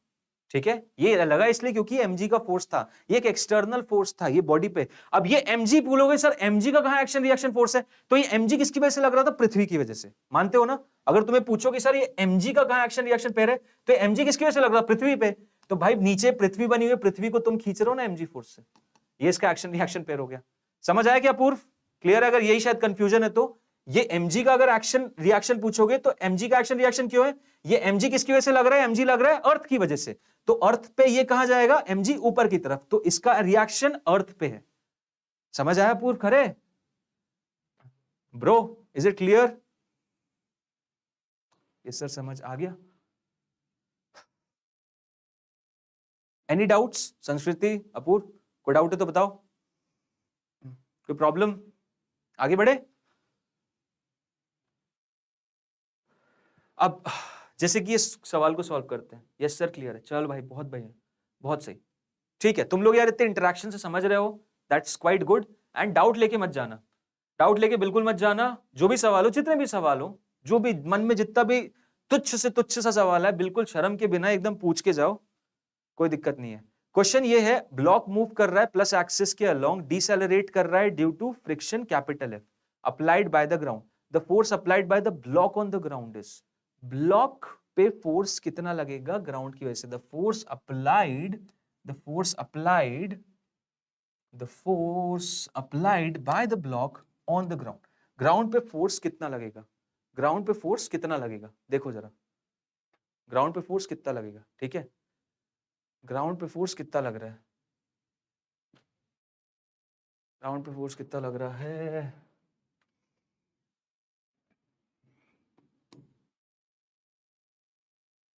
प्लस एक्स एक्सिस ये रही, this is X, this is Y, तो प्लस एक्स एक्सिस के along object is moving. Okay sir, ये डी एक्सेलरेट कर रहा है ड्यू टू फ्रिक्शन फोर्स है, इस पे फ्रिक्शन फोर्स एफ लग रहा है, जिसकी वजह से डी एक्सेलरेट कर रहा है। क्लियर है, ये डी एक्सेलरेट कर रहा है। The force applied by the block on the ground, the force applied by the block on the ground, ground पे फोर्स कितना लगेगा, तो यार सिंपल सी चीज है, देखो ना, ये आगे की तरफ बढ़ रहा था, इस पे फ्रिक्शन फोर्स लगने लगा है ना, ब्लॉक पे फ्रिक्शन फोर्स लगने लगा, किस पे लगने लगा भाई, ब्लॉक पे लगने लग गया। इस ब्लॉक पे फ्रिक्शन फोर्स लगने लग गया पीछे की तरफ, तो ब्लॉक ने जमीन पे फ्रिक्शन फोर्स ऑब्वियसली लगाया होगा रिटेलिएशन में न्यूटन का थर्ड लॉ फॉलो करते हुए आगे की तरफ, है कि नहीं, आगे की तरफ। तो करेक्ट आंसर क्या है? The force applied by the block on the ground is in positive direction, not B R Apoorv, A. What is the answer? A. ये कहां बॉडी चल रही थी प्लस एक्स एक्सिस में, decelerate due to F applied by the ground, वो आगे की तरफ चल रही, तो फ्रिक्शन फोर्स कहां लगेगा? पीछे की तरफ लगेगा ना। फ्रिक्शन उसको क्या करता है? रोकता है। फ्रिक्शन फोर्स कहां लगेगा? फ्रिक्शन पीछे की तरफ लगेगा। चलती हुई बॉडी को रोकने का ही काम तो है फ्रिक्शन फोर्स का। तो मोशन अगर इधर था, बॉडी का मोशन अगर आगे की तरफ था, this is the direction of motion, तो फ्रिक्शन फोर्स का काम रहता है, फ्रिक्शन मोशन को अपोज करने का काम करता है। जो डायरेक्शन में मोशन है उसके ऑपोजिट में। तो ये फ्रिक्शन फोर्स कौन लगा रहा होगा? ये फ्रिक्शन फोर्स ब्लॉक पे लग रहा है। और कौन लगा रहा है? ये ब्लॉक पे जमीन लगा रही है ना, ग्राउंड लगा रहा है, ग्राउंड लगा रहा है ये friction force. This is on block by ground, on block by ground. तो इसके रिटेलिएशन में ये फ्रिक्शन फोर्स कौन लगाएगा? This is on ground by block. और शायद मुझे यही पता करना था, right? What is the force applied by block on the ground? तो ब्लॉक ऑन ग्राउंड किसमें हो जाएगा? Capital F in plus X axis. Yes sir, front तो ए होगा, फ्रंट तो ए होगा। समझ में आया? क्लियर है ये चीज? कोई प्रॉब्लम? क्लियर? कॉन्सेप्ट क्लियर है ना? चलो नेक्स्ट पे चलते हैं। अब बात करते हैं फ्री बॉडी डायग्राम की, जिसके बारे में ऑलरेडी आप लोग जानते ही हो कि free body diagram basically point क्या होता है। फ्री बॉडी डायग्राम होता है कि बॉडी पे जितने भी फोर्सेस लग रहे हैं ना, उनको फोर्सेस को बना देना, और बॉडी जितनी है अलग अलग उनको लेके चलना, जिससे थोड़ी क्लियरिटी आए। ये जो कंफ्यूजन आता है ना एक्शन रिएक्शन और इन सब का, उसी क्लियरेंस को, इसी प्रॉब्लम को अवॉइड करने के लिए फ्री बॉडी डायग्राम बनाते हैं, और क्वेश्चंस को आसानी से सॉल्व करने के लिए फ्री बॉडी डायग्राम बनाते हैं। और आगे चल के जब थोड़े और बड़े हो जाते हैं, यूज्ड टू हो जाते हैं, तब जाके हमें फ्री बॉडी डायग्राम बनाने की कोई आवश्यकता नहीं है, हम वैसे ही अपने आप ही आंसर भी निकाल लेते हैं। तो यहाँ पे जैसे कि आप देख सकते हैं ब्लॉक रखा हुआ है, एक ब्लॉक रखा हुआ है, तो इस ब्लॉक पे जैसा मैंने बताया इसका मास होगा m, इस पे एक तो देखो कुछ भी मत करना, तो mg फोर्स तो लगा ही देना, इस mg फोर्स को तो लगा ही देना। अब mg फोर्स इधर लग रहा है, अब इसको बैलेंस कौन कर रहा था? तो यहाँ पे आप देख सकते हो कॉन्टैक्ट था, यहाँ पे क्या था? कॉन्टैक्ट था, जमीन के साथ ब्लॉक कॉन्टैक्ट में था, तो जमीन ने यहां पे एक नॉर्मल रिएक्शन फोर्स लगाया होगा ब्लॉक पे, तो जमीन पे भी इस ब्लॉक ने एक नॉर्मल फोर्स नीचे की तरफ लगाया था। अब यार जमीन बहुत बड़ी चीज हो जाती है, ग्राउंड एक कोई छोटा ऑब्जेक्ट तो है नहीं, ग्राउंड एक बहुत ही बड़ा ऑब्जेक्ट है। अब ग्राउंड क्योंकि एक बहुत ही बड़ा ऑब्जेक्ट है, तो मैं एक चीज क्लियर बोल सकता हूं कि मैं ग्राउंड का केस तो बार बार बताऊंगा नहीं, ब्लॉक्स का बताता हूं। अब ब्लॉक शांति से रुका हुआ था, ब्लॉक शांति से रुका है, ना दाएं जा रहा है, ना बाएं जा रहा है, ना ऊपर जा रहा है, ना नीचे जा रहा है, इसका मतलब इस पे जितने भी फोर्सेस हैं सब बराबर एक दूसरे के, क्योंकि न्यूटन का पहला लॉ ये बोलता है कि every object tends to remain in state of rest और motion unless and until an external force is applied. तो यहाँ पे कोई भी फोर्स अप्लाई नहीं हो रहा, इसका मतलब जो नॉर्मल रिएक्शन फोर्स है वो mg के बराबर है। सिंपल सी चीज, जो नॉर्मल रिएक्शन फोर्स है किसके बराबर है? वो बॉस मेरा mg के बराबर है। क्लियर कट बात। ऊपर डायरेक्शन में लगने वाला नॉर्मल फोर्स मेरा mg फोर्स के बराबर है। ये सिंपल सा कॉन्सेप्ट है, यही सिंपल सी चीज। ओके ठीक है, अब इसी से रिलेटेड एक बढ़िया सा सवाल देखते हैं। जैसे कि ये तीन केसेस हैं, आओ बताते हैं इसमें। Draw the free body diagram of all 3 blocks. चलो कोशिश करते हैं, बिल्कुल बताएंगे। अब देखना, यहां पे एक MA ब्लॉक है, सबसे पहले तो एक MA ब्लॉक है। अब कुछ नहीं आता सर, सबसे पहले तो MAG लगा दो, ठीक है। उसके बाद फिर ये यहाँ पे MB के साथ कॉन्टैक्ट में था, यहाँ पे MB के साथ कॉन्टैक्ट में था, MB यहाँ MC के साथ कॉन्टैक्ट में था, और MC यहाँ जमीन के साथ कॉन्टैक्ट में था। तो एक काम करते हैं, यहाँ पे लगने वाले नॉर्मल रिएक्शन फोर्स को N1 बोलते हैं, यहाँ पे लगने वाले नॉर्मल रिएक्शन फोर्स को N2 बोलते हैं, यहाँ पे लगने वाले नॉर्मल रिएक्शन फोर्स को N3 बोलते हैं। 3 सरफेस ऑफ कॉन्टैक्ट है, तो 3 नॉर्मल रहेंगे, 3 नॉर्मल फटाफट बनाते हैं। आओ देखो, MA MB के साथ कॉन्टैक्ट में है, तो इस पॉइंट पे जो MB ब्लॉक है वो MA पे ऊपर के डायरेक्शन में एक नॉर्मल रिएक्शन फोर्स लगाएगा, लगाना ही पड़ेगा, क्योंकि अगर नहीं लगाएगा तो भाई ये बैलेंस नहीं होगा। कौन बैलेंस नहीं होगा? MA बैलेंस नहीं होगा। MA नीचे की तरफ जाने लगेगा अगर उस पे लगने वाला MAG N1 को बैलेंस नहीं करेगा। तो अगर ये चीज इसके साथ बैलेंस नहीं होती है तो वो नीचे की तरफ जाना शुरू कर देगा। सिंपल सी चीज, क्लियर है? तो मेन मुद्दे की बात यह है, इसका जो वजन है MAG, उसको कौन बैलेंस कर रहा है? उसको बैलेंस कर रहा है N1। क्लियर? चलो एक चीज से समझ में आ गई, फ्री बॉडी डायग्राम बना दिया। अब MBG का बनाते हैं। ये MBG कुछ नहीं आए, कुछ नहीं आए तो एक चीज तो कर दो, क्या, वो वजन बना दो, वेट बना दो, तो MBG तो देखो ये लगेगा। ओके, उसके बाद फिर सर यहाँ पे भी एक कॉन्टैक्ट फोर्स है, तो यहाँ पे MC इस पे N2 ऊपर की तरफ लगाएगा ना, हाँ लगाएगा बिल्कुल, ये N2 हो गया। गुड, क्या यही होगा? नहीं, एक और फोर्स हम मिस कर रहे हैं, कौन सा? ये N1 याद है, ये N1 किसने लगाया था, ये N1 किसने लगाया था? This N1 on MA by MB, ये MB ने MA पे लगाया था, तो ये तो सर इसका एक्शन रिएक्शन पेयर होगा ना, तो इस N1 का एक्शन रिएक्शन पेयर क्या होगा? ये एक्शन है तो इसका रिएक्शन ये होगा, ये हो गया N2। समझ में आया? एक N2 फोर्स भी आएगा, किस पे आएगा? एक N2 फोर्स आएगा, किस पे आएगा भाई? MB पे आएगा। कौन लगाएगा? MA लगाएगा। MA MB पे ये सी का रिटेलिएटेड फोर्स लगाएगा, ये एक्शन है, इसका रिएक्शन ये रहा, ये एक्शन है N1 और इसका रिटेलिएशन ये N2 नहीं, कितना है, कितना ये N1 है, कितना ये N1 है, यहां पे लग रहा है इस सरफेस पे, क्लियर है ना? इस सरफेस पे ये दोनों यहां कांटेक्ट पे थे ना, इस सरफेस पे क्या लग रहा है? N1 लग रहा है। क्यों लग रहा है? क्योंकि इसका रिटेलिएशन ये, ठीक है, तो MBG का फ्री बॉडी डायग्राम ये हो गया। ओके, ऐसे ही तुम क्या MC का भी निकाल सकते हो, बिल्कुल निकाल सकते हैं। ये मेरा MC रहा, इस पे कुछ नहीं आता तो एक फोर्स तो बनाओ MCG। उसके बाद फिर यहां जमीन के साथ ये कांटेक्ट में था, तो यहां पे एक नॉर्मल फोर्स होगा, जमीन इस पे ऊपर की तरफ फोर्स लगाएगी, ये रहा N3। हो गया क्या? नहीं, क्योंकि यहां पे तुम देख सकते हो एक N2 है, ये किसने लगाया? ये किसने लगाया? This N2 was on MB by MC। MC ने MB पे एक नॉर्मल फोर्स लगाया ऊपर की तरफ, जिससे MB दद्दा अपने रेस्ट पे आ सके। तो MB MC को छोड़ थोड़ी देगा, MB MC पे एक नॉर्मल रिएक्शन फोर्स लगाएगा, वो भी नीचे की तरफ इस सरफेस पे, जो कि होगा N2 के बराबर। क्लियर है? तो ये हो गए मेरे फ्री बॉडी डायग्राम, ये हो गए मेरे free body diagram. I think सबको समझ में आ गए होंगे कि फ्री बॉडी डायग्राम क्या है। अब यहाँ पे मात्र इक्वेशन लिखनी है, वो तो हम सटासट लिख देंगे। इसमें क्या केस बनेगा? इसमें बन जाएगा सर N1 की वैल्यू जो होगी वो MAG के बराबर होगी। बहुत सही। इसमें क्या केस आएगा? इसमें होगा जितने भी ऊपर वाले फोर्सेस है सब नीचे के बराबर है, मतलब N2 की जो वैल्यू होगी वो N1 प्लस MBG के बराबर होगी। N1 कितना है? N1 है MAG, सो MAG प्लस MBG। अप्रोच याद रखना और इसी अप्रोच से ही सवाल करना। अप्रोच बहुत जरूरी है लॉज ऑफ मोशन में, अप्रोच का ही पूरा का पूरा गेम है। अप्रोच जहां बिगड़ी वहां तुम्हारा पूरा का पूरा सोल्यूशन बिगड़ जाएगा भाई। यहां पे क्या है? सारे ऊपर वाले फोर्सेस नीचे वाले फोर्सेस के बराबर हैं, तो N3 will be equal to N2 plus MC into G। Clear है? मैं सही बोल रहा हूं, एकदम सही बोल रहा हूं और एकदम खरी खोटी बात बता रहा हूं। जहां तुम लोगों ने अप्रोच गड़बड़ की, ये बेसिकली देखो यार, एक बात हमेशा याद रखना, 11th और 12th का जो एक पर्टिकुलर प्रिपरेशन मॉडल है ना, ये बेसिकली एक स्किल है।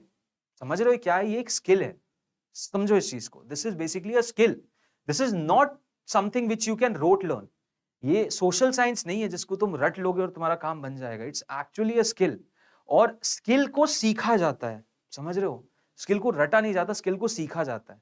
और ये स्किल को सीखोगे तभी वहां क्वेश्चन में फोड़ के आओगे, तभी वहां क्वेश्चन को सॉल्व करके आओगे। ओके, सो स्किल सीखी जाती है लोगों को देख के और खुद अप्लाई करके, है ना? और सब को एक ही मास्टर पढ़ाता है, लेकिन सबके लर्निंग पेस अलग अलग होती है। सब उस स्किल को समझते हैं एक अलग तरीके से, अपने दिमाग में फिट अलग तरीके से करता है, और वो फिर किसी और को समझाता है तो वो एक अलग तरीके से जाती है। सो बेसिकली ये मजा होता है, ये जादू होता है एक स्किल का। और स्किल को सीखते कैसे? उसको समझ के, देख के और उसे अप्लाई करके। ओके, सो ये अप्रोच जो है ना, इस अप्रोच को समझने की कोशिश करो। सवाल जरूरी नहीं यही आएगा, सवाल इसमें हो सकता है 2 ले, मैंने तो 3 लिया, इसमें 2 ले सकते हैं, इसमें और भी लेवल हो सकता है 4 ले ले, ठीक है? हो सकता है 4 ले ले, तो 4 में भी अप्रोच यही रहने वाली है। Okay, clear? आओ नेक्स्ट केस पे चलते हैं।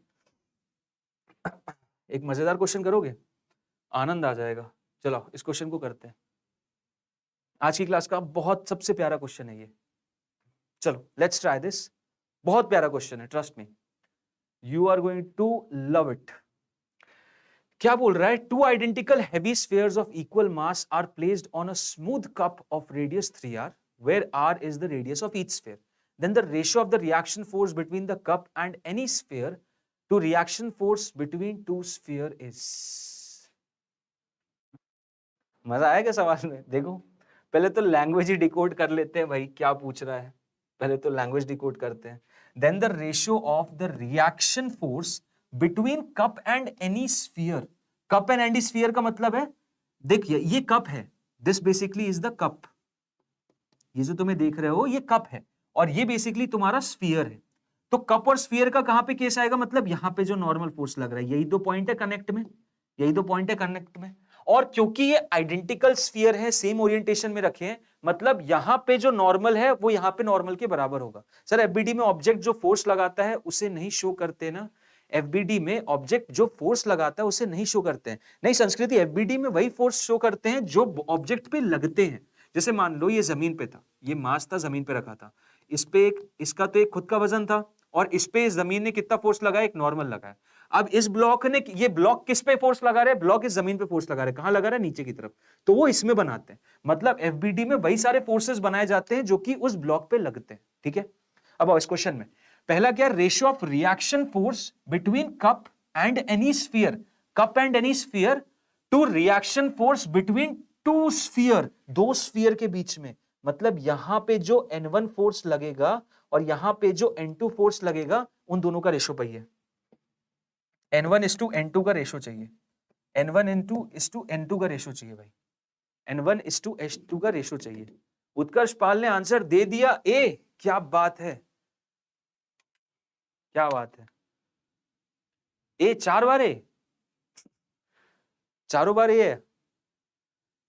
देखो बहुत मजेदार क्वेश्चन है, और कॉन्सेप्ट बेसिकली वही है तुम्हारा, फ्री बॉडी डायग्राम से ही आंसर आएगा, आंसर आएगा फ्री बॉडी डायग्राम से. ट्राई करके देखो, बहुत प्यारा क्वेश्चन है, ट्रस्ट मी मजा आ जाएगा. फ्री बॉडी डायग्राम, इसको अगर तुमने सॉल्व करके समझ लिया ना, तो फ्री बॉडी डायग्राम फिर तुम्हें कोई प्रॉब्लम देगा, और नॉर्मल फोर्स के भी कोई सवाल तुम्हें प्रॉब्लम देंगे. This is basically a NEET level, basically JEE Main level का क्वेश्चन है ये, ट्रस्ट मी बहुत अच्छा क्वेश्चन है. आओ मैं भी सॉल्व करता हूं, इक्वली देखेंगे. अब देखो यहां पे क्या हो रहा है, नॉर्मल फोर्स के बारे में कुछ पहले टैक्टिक्स समझने की कोशिश करो. एक नोट यहां पे बनाओ और इसको समझ लो, याद कर लो कि नॉर्मल रिएक्शन फोर्स जो होता है, नॉर्मल का मतलब ही होता है परपेंडिकुलर. ठीक है, so normal force is always perpendicular to the surface of contact. जो सरफेस ऑफ कॉन्टैक्ट रहता है ना, उसके हमेशा परपेंडिकुलर रहते हैं नॉर्मल रिएक्शन फोर्स. जो सरफेस ऑफ कॉन्टैक्ट रहता है उसके हमेशा परपेंडिकुलर रहता है नॉर्मल कॉन्टैक्ट फोर्स. मतलब कि यहां पे अगर तुम देखोगे, कहां पे देखोगे, यहां पे इस पॉइंट पे देखोगे तो सरफेस कुछ इस तरीके का दिखेगा, ये रहा सरफेस, क्लियर है, ये सरफेस है. तो नॉर्मल रिएक्शन फोर्स कुछ इस तरीके का आएगा, नॉर्मल रिएक्शन फोर्स कुछ इस तरीके का आएगा, ये रहा. और इसको मैंने क्या बोला था, N1, तो यहाँ पे ये N1 होगी. ठीक है, ऐसे ही यहाँ पे भी सरफेस ऑफ कॉन्टैक्ट ये रहा, तो ये बनेगा मेरा N1. क्लियर है, ये N1 रिएक्शन फोर्स यहाँ पे लग रहा है. उसके बाद दूसरा नॉर्मल कहाँ लग रहा है, यहाँ लगेगा. तो यहाँ पे देख सकते हो, यहाँ सरफेस ऐसा है एकदम सेम सामने की तरफ, तो यहाँ पे जो नॉर्मल रिएक्शन फोर्स लगेगा, इस वाले ब्लॉक पे इधर लगेगा N2, और इस वाले स्फीयर पे इधर लगेगा N2. सेम ही लगेंगे, दोनों सेम लगेंगे. क्लियर है ना, दोनों पे सेम लगेंगे. मतलब यहाँ पे जो नॉर्मल रिएक्शन फोर्स लग रहा है, ये वाला ब्लॉक इस पे N2 लगाएगा और ये वाला ब्लॉक उस पे N2 लगाएगा. ठीक है, ये जो कप देख रहे हो तुम, this basically is your cup over here. ये जो कप है, इस स्फीयर पे N1 इधर लगाएगा, ये वाला कप भी N1 इधर लगाएगा, और ये स्फीयर इस कप पे N1 इधर लगाएंगे, और ये वाला स्फीयर इस कप पे N1 इधर लगाएंगे. अब मैं क्या करूंगा, यहाँ पे फ्री बॉडी डायग्राम बनाऊंगा. किसका बनाओगे सर, मैं बनाऊंगा फ्री बॉडी डायग्राम किसी भी एक स्फीयर का, किसी भी एक स्फीयर का मैं फ्री बॉडी डायग्राम बनाऊंगा. अब देखो, अब देखना, ध्यान दो. इस फ्री बॉडी डायग्राम में आप देख सकते हो कि इसमें यहां पे एक फोर्स लग रहा है इधर, यहां पे एक फोर्स लग रहा है इधर, ये वाला फोर्स देख सकते हो आप, ये वाला, ये ऐसे बाहर की तरफ लग रहा है. This is N2 over here, this basically is N2 over here. और N1 कैसे लग रहा है, N1 कैसे लग रहा था, देखो N1 ऐसा लग रहा था, N1 कैसा लग रहा था, ऐसा लग रहा था. ठीक है, तो N1 का डायरेक्शन बेसिकली कुछ इस तरीके का है. और एक फोर्स तो लगेगा ही ना, हमेशा रहता है, एक फोर्स तो हमेशा रहता है. कौन सा रहता है, वो है mg फोर्स. उसको तो कोई भी चाहे तो भी तुमसे नहीं छीन सकता, ठीक है। ये mg फोर्स तो यहाँ पे रहेगा ही रहेगा। अब क्या ये रेस्ट में था? क्या ये पूरा का पूरा अरेंजमेंट रेस्ट में था? Yes obviously. कहां मूव हो रहा था? बिल्कुल रेस्ट में था।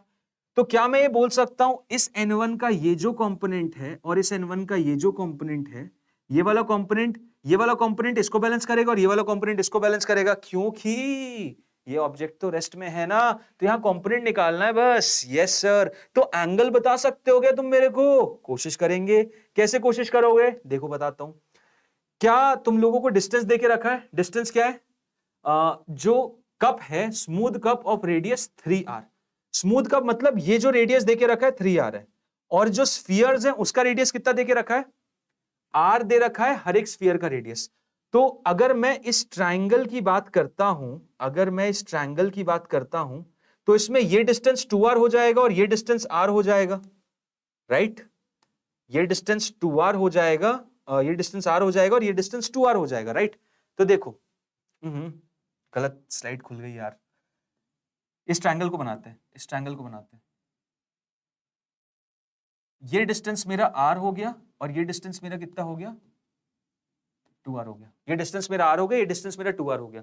अब थीटा क्या था भाई? थीटा ये था, देख लो, ये लग रहा था ना तुम्हारा N1, देख लो यही था तुम्हारा N1, इधर ही लग रहा था। ये थीटा माना है, ये थीटा माना है, यहाँ पे ये थीटा माना है।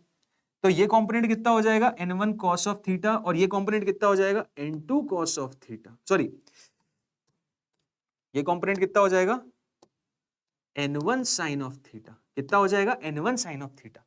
रेशो किस किस का निकालना था? रेशो निकालना था N1:N2। तो यहां से क्या समझ में आ रहा है? यहां से देखो क्या समझ में आ रहा है? यहां से सर देखो एक चीज ये समझ में आ रही है।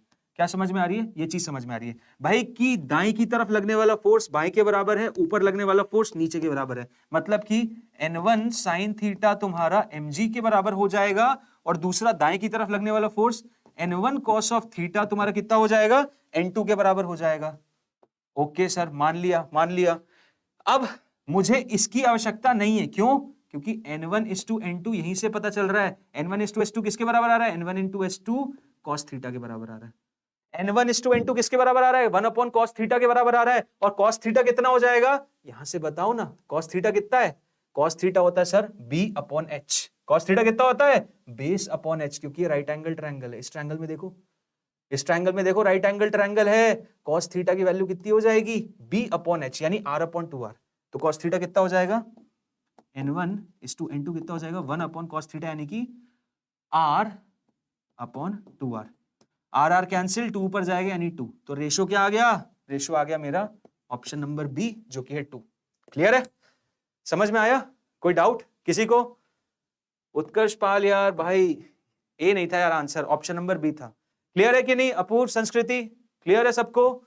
समझ में आया भाई लोग? अपूर्व, क्लियर है कि नहीं?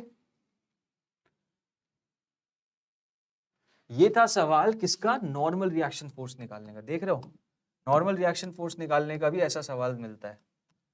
तो कोई नहीं यार, आ सकते, बिल्कुल, सवाल तो सवाल होते हैं, सवाल तो कोई भी आ सकते हैं। एंड अच्छा क्वेश्चन था, I would rate this question a very good one, right? Apoorv 60 क्या है ब्रो? What is 60? अच्छा ओके, हाँ, थीटा की वैल्यू 60 हो जाएगी, बिल्कुल सही। cos थीटा यहाँ 1/2 आ रहा है, तो थीटा की वैल्यू 60 हो जाएगी। एब्सोल्युटली थीटा की वैल्यू 60 तो यहाँ पे रख सकते हो। एब्सोल्युटली गुड वन, ठीक है। सो आई थिंक ये क्वेश्चन आप लोगों को मजा आया होगा यार इसको सॉल्व करने में, और इस क्वेश्चन से काफी इनसाइट भी मिले होंगे नॉर्मल रिएक्शन फोर्स के बारे में, फ्री बॉडी डायग्राम के बारे में। बस, तो इसके साथ आज का हम ये सेशन अब क्लोज करेंगे, ठीक है। और अगले सेशन से हम क्या करेंगे? हम स्टार्ट करेंगे टेंशन फोर्सेस के बारे में और बहुत अच्छे अच्छे सवालों के बारे में। तो अगले जो सेशंस हैं आपके, वो सवालों से और कॉन्सेप्ट से भरे हुए हैं। एनएलएम से रिलेटेड, ट्रस्ट में, आपको कोई भी सवाल है, बहुत प्रॉब्लम आती है परसेप्शन में, अंडरस्टैंडिंग में, दिक्कत आती है कॉन्सेप्ट की अवेयरनेस में, समझने में, और सबसे बड़ी दिक्कत आती है यार कि ये जो फ्री बॉडी डायग्राम में फोर्सेस लग रहे हैं, एक्शन रिएक्शन पेयर, मतलब देख रहे हो तुम, मैंने आज क्या पढ़ा है तुम लोगों को, तुम खुद सोचना आज के पूरे सेशन के बाद। एक माइंडसेट बनाना, एक फ्रेमवर्क बनाना कि न्यूटन्स लॉज ऑफ मोशन तुम लोग कब से पढ़ते आ रहे हो। तुम लोग शायद क्लास 6 से पढ़ते आ रहे होगे, राइट? तीनों लॉ तुम लोग को पता है, नॉर्मल रिएक्शन भी तुम लोग पढ़ चुके होगे, बट स्टिल आज के सेशन में तुम लोगों को काफी सारे इंसाइट मिले होंगे। काफी सारी ऐसी बातें मिली होंगी जो कि शायद तुम्हें क्लियर नहीं थी, या क्लियर थी तो डाउट था। तो ये मिसिंग एंड्स जो होते हैं ना, यही होते हैं आपके बेस के कॉन्सेप्ट्स हिलना। समझ रहे हो? बेस आपका हिला हुआ है, ये समझो, क्योंकि यही सवाल जवाब जब आपके नीट एग्जाम में आएंगे तो बहुत समस्या देते हैं। क्लियर है? तो यही मेन टेंडेंसी है कि यार पढ़ना वही चीजें हैं, लेकिन पढ़ना ऐसे है कि एग्जाम निकले, और पढ़ना उस तरीके से है कि यार हम एग्जाम पॉइंट ऑफ व्यू से रेडी हो सके। ठीक है? So I think you all have understood, and अगले सेशन में मिलते हैं।